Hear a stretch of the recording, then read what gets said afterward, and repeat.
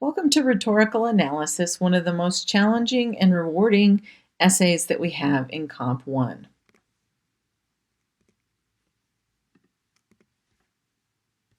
So what we're going to do today is we're going to talk about what rhetorical analysis is.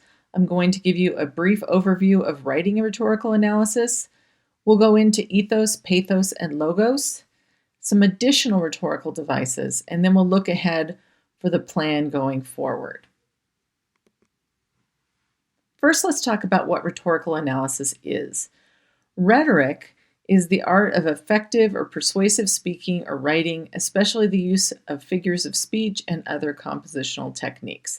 Those compositional techniques, it's really just rhetorical devices. So rhetoric is the art of effective persuasion using language.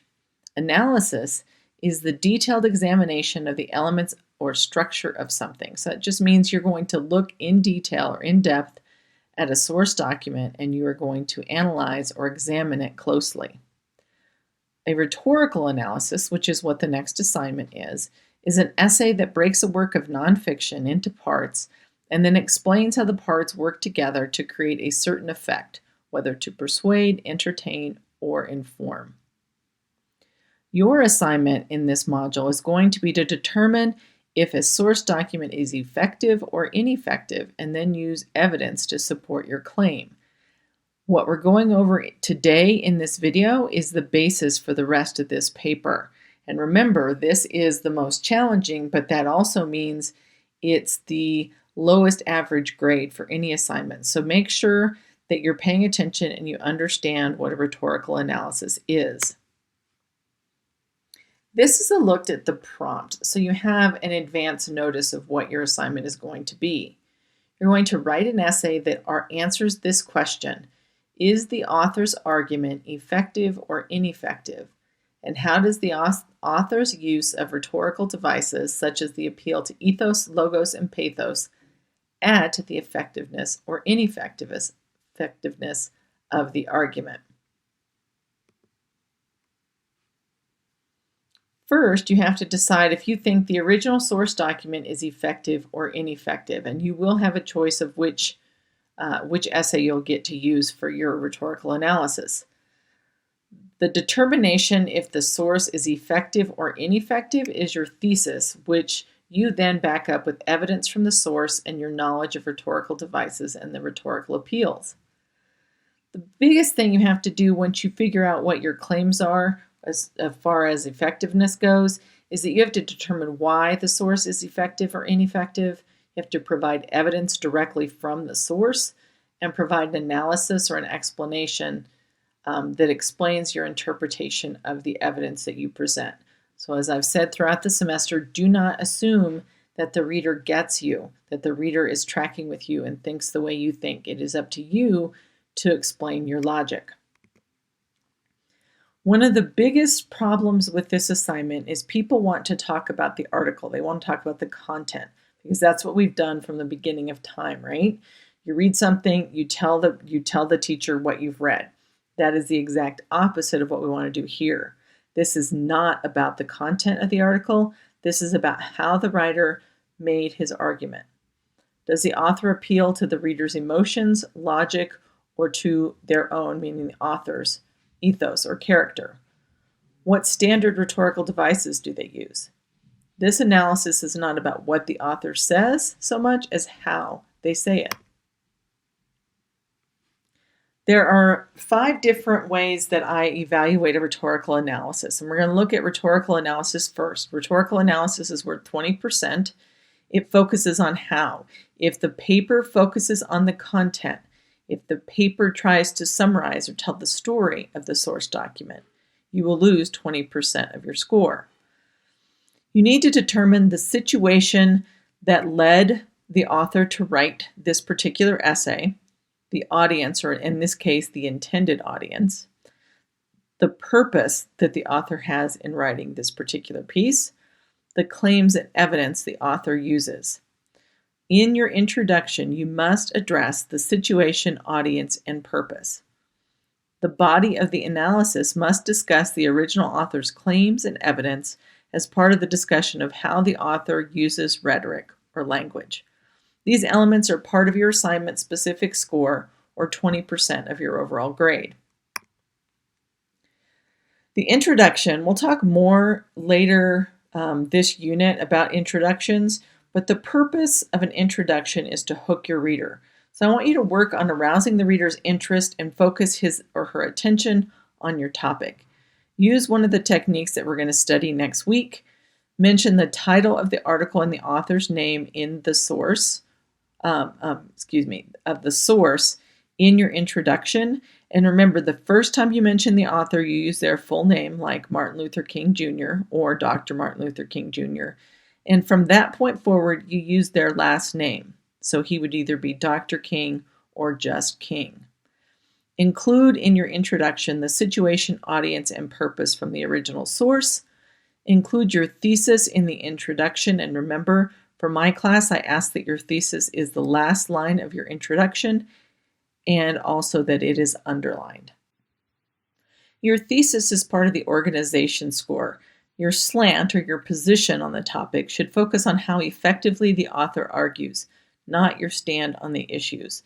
So you're not writing about poverty, you're writing on how effectively the source author discusses that topic. The thesis should establish if the source is an effective or ineffective argument, as well as the claims that you are making. You can break down your thesis like this. List the author and the title, whether or not they are effective or ineffective, which is your slant, and then your claims, in this case 3 claims, about the effectiveness of the particular essay. So for example, I'm going to use throughout this series Joe Goodwin Parker's essay, What is Poverty? An example of a very basic thesis would be Parker's essay, What is Poverty? Is an effective argument on poverty because of her use of ethos, logos, and pathos. And we will go into those in a minute. Organization is worth 20% of your score. Make sure you organize your analysis in light of the thesis that I just presented, but it will be your own. Address 3 or more claims or rhetorical devices. These claims are your topic sentences.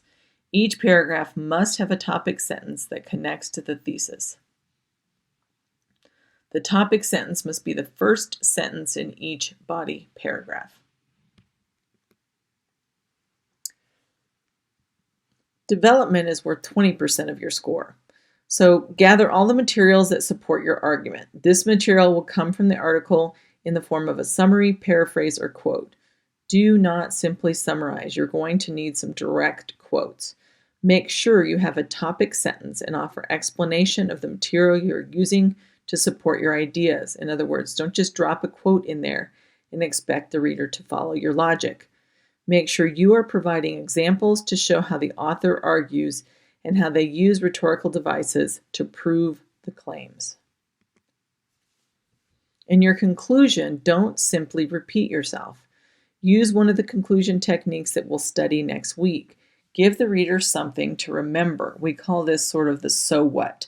So what? Why does it matter if it's effective or ineffective? This is how you're going to be scored. So rhetorical analysis is worth 20%. Did you follow the prompt? Are you discussing how effective or ineffective the writer is? Your organization. Do you have a thesis? Is it underlined? Do you have topic sentences? Do you stay focused in each paragraph? Development is worth 20 points. Development is proper evidence and analysis. And for analysis, just think explanation. If you give an example of something that is effective or ineffective from the source, it's your job to then explain how you're interpreting that quote. Clarity is worth 20%. The 2 things I see most that impact clarity scores are the use of personal pronouns. In this particular essay, because it's a formal essay, avoid personal pronouns. No you, no we, no I. And then watch your tenses. I would say this is the number 1 thing that really messes with clarity and the ability of the reader to follow you. Make sure that you're not switching between past tense and present tense. MLA is worth 10%. This does require a works cited page. Failure to include the works cited page is an automatic 0. I have had students in my class repeating Comp 1 because their previous professor failed them. If you fail rhetorical analysis, it is unlikely that you will pass the class. And you'll also need to use in-text citations for each of your paraphrases or direct quotes. We'll go over MLA next week. Grammar and mechanics are worth 10%. Okay, switching gears, we're going to talk about the rhetorical appeals. This is called the rhetorical triangle. It's not that these are the only rhetorical appeals, but these are the ones that we're going to use for this course. Ethos is about credibility. Sometimes it is translated as ethics, but really it's about the credibility or the character of the person making the argument, so the speaker or the writer. Ethos is established through a variety of factors, and we'll go over that in a minute. But what I really want you to remember is that ethos is about the speaker, and the speaker has many techniques they can use to help establish their credibility on the page. Pathos is about the audience. It's about emotion. So if you think of the word empathy, that comes from pathos. There are many ways to appeal to the reader's emotions, and we'll go over those in a minute. But what I want you to get from this is that when you're talking about pathos, you're not talking about the speaker any longer. You're talking about how these emotional appeals impact the reader. Logos is about the message. When you think of logic and reason, this is how you present the argument on the page, or in the case of your rhetorical analysis, how the original writer made logic and reason apparent on the page. Ethos is the focus of ethos is on the speaker. So again, it's the writer. Ethos is an appeal to the character or credibility of that writer, and the writer or speaker demonstrates that through good judgment. If the writer goes on a rant, which is very common in an argument, where somebody just wants to wag their finger and tell you exactly what's ticking them off, that's showing bad judgment. Good judgment we'll look at when we look at an essay like Letter from Birmingham Jail by Martin Luther King Jr. Part of that good judgment is providing credible sources, data, and information. Another portion is tone, and that goes back to the finger wagging. Good judgment on the part of the writer doesn't yell at the reader, but demonstrates a respectful tone that still makes a persuasive argument. In What is Poverty, one of the things that establishes Parker's good judgment is that she doesn't really wag her finger and yell at you as a reader. What she does is present evidence without that finger wagging, so that's part of her credibility. Providing credible sources. Her sources are her lived experience, so those are the details that she provides in her evidence. And it demonstrates it gives her credibility because they're very specific, concrete, and they're so particular to her situation that we believe that she did in fact experience these events. And again, her tone remains respectful even though she potentially wants to act or react in anger. Pathos. The focus of pathos is on the reader. Ethos appeals to the reader's values. So part of your job as you're evaluating the rhetoric that somebody uses, or if you're making an argument, the way to determine how to impact your reader is to figure out what the reader values. Provide examples and evidence that impact that value system. And you then portray that through stories, personal anecdotes, and vivid language. In What is Poverty, Joe Goodwin Parker uses examples and evidence that impact the reader, because the reader, for the most part, American middle-class people, values family. And so those examples that she uses about her children have a greater impact on the reader because the reader values children. If this were a culture that didn't value children, it would not have as much impact. And then she does that through her own stories and evidence and exceptionally vivid language. The focus of logos is on the structure of the essay. Logos appeals to logic and reason. Part of that appeal is the organization. So you'll see this particularly in something like Letter from Birmingham Jail, where the writer establishes a premise, we like to call that a topic sentence, and then provides evidence, which can be data, facts, figures, quotes. The evidence should appeal to logic and reason. Then the writer should reach a conclusion. Did their evidence prove their conclusion? When they've done that, you would say that they show good logic. An example of this, and we'll talk more in depth about this next week, I sometimes encourage students to use this acronym TEAL. T for topic sentence, E for evidence, A for analysis, L for link. So with your topic sentence, in Letter from Birmingham Jail, Martin Luther King Jr. does this thing where he says, he establishes the premise of why he is in Birmingham. So he acknowledges that that's a question that people have asked him, is why is he in Birmingham? Because he's been accused of being an outside agitator. So he establishes that in the first sentence, the topic sentence. And then he provides evidence for why he is in Birmingham, what his connections are, what his organization's connections are to the local community. He then provides analysis, which in this case you can just look at as an explanation of the evidence and what it means to the author. Before reaching a conclusion, I have L for link, because that conclusion should tie in to the thesis statement and then link to the next paragraph. Jo Goodwin Parker does this with her paragraphs when she starts out, poverty is. That's her topic sentence. She gives specific concrete evidence from her essay.